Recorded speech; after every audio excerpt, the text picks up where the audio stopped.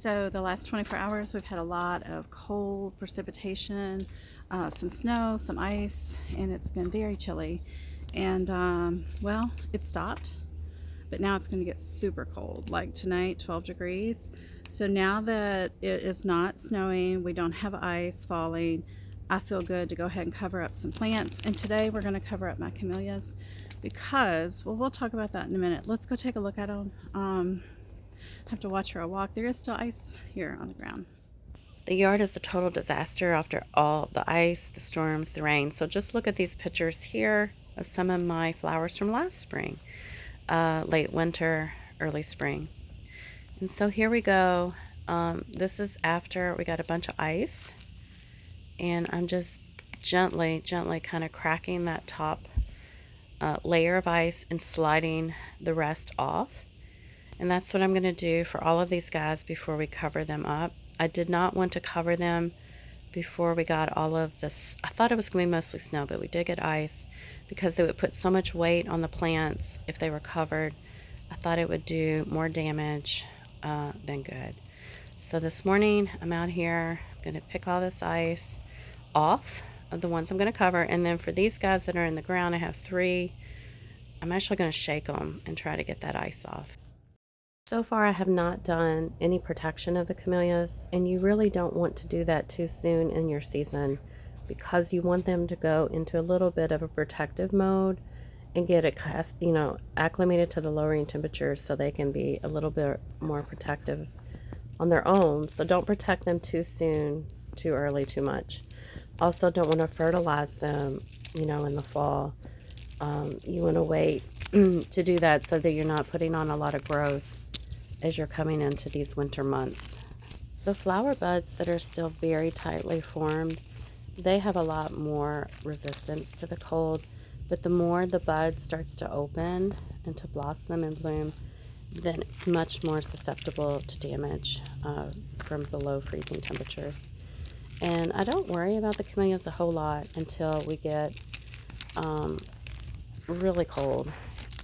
I think if I didn't have 4 of them in containers, I would not fret as much as I am. So here you can see I'm going through the steps of putting these new covers on. They have a drawstring with a clip thing on the string and then a zipper all the way up. So it's fairly easy to put them on and off. I would err on the side of going a little bigger than smaller, just because the camellias can be a little bit oddly shaped. And one thing I do with these containers when it gets really cold, say below 10 degrees, to protect the roots, is I will line bags of mulch around the outside of the container to insulate that root mass that's inside of the container, because it's above the ground. It's not getting protected like my camellias that are in the ground here. So that's kind of important to keep in mind. The buds and flowers, they have a different temperature range. I think the buds, if they're nice and tight, can really tolerate down to 18, maybe even 15 degrees. You could consider relocating a camellia in a container, but you would really want to err on the side of caution if you were thinking of putting them into a dry location, a warm location. That could be more traumatic than going through a cold snap.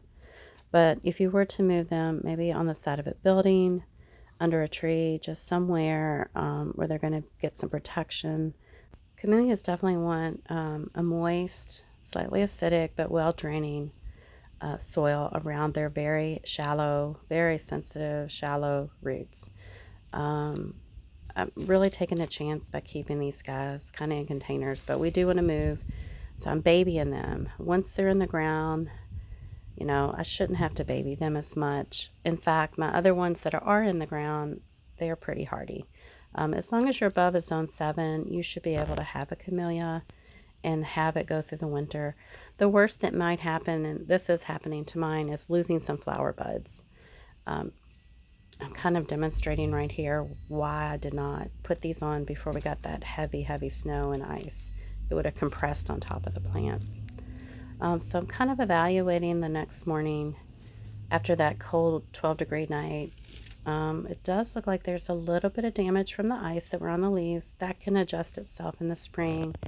This is a broadleaf evergreen, so these leaves are green all year round. A couple of my camellias are probably not zoned properly for me. They might be more of a zone 8. I'm like a 7B.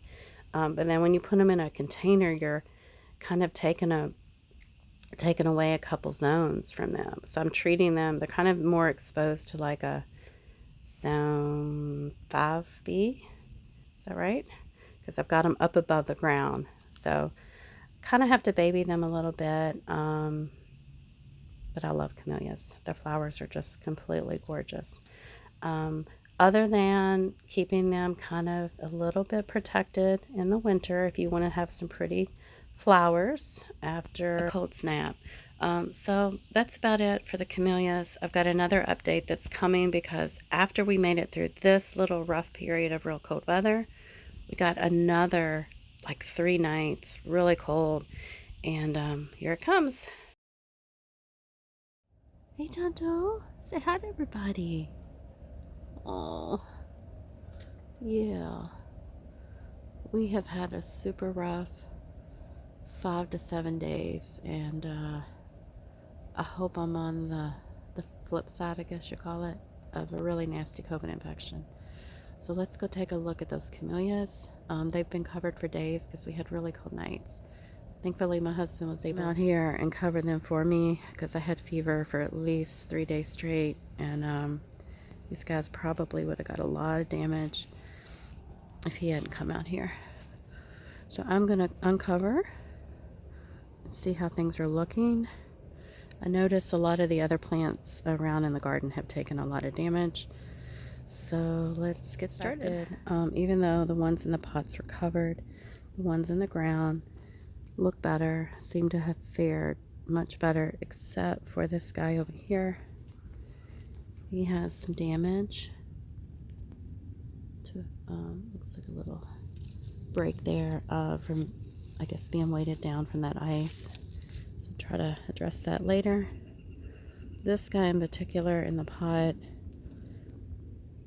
he had some issues to begin with, but I think he got a lot of frost damage on his leaves. Some of this can resolve it on its own in the spring. And then I've noticed quite a few buds have dropped. You'll see them on the ground and in the pots. But hopefully we'll still get a few good, beautiful flowers. And, yep.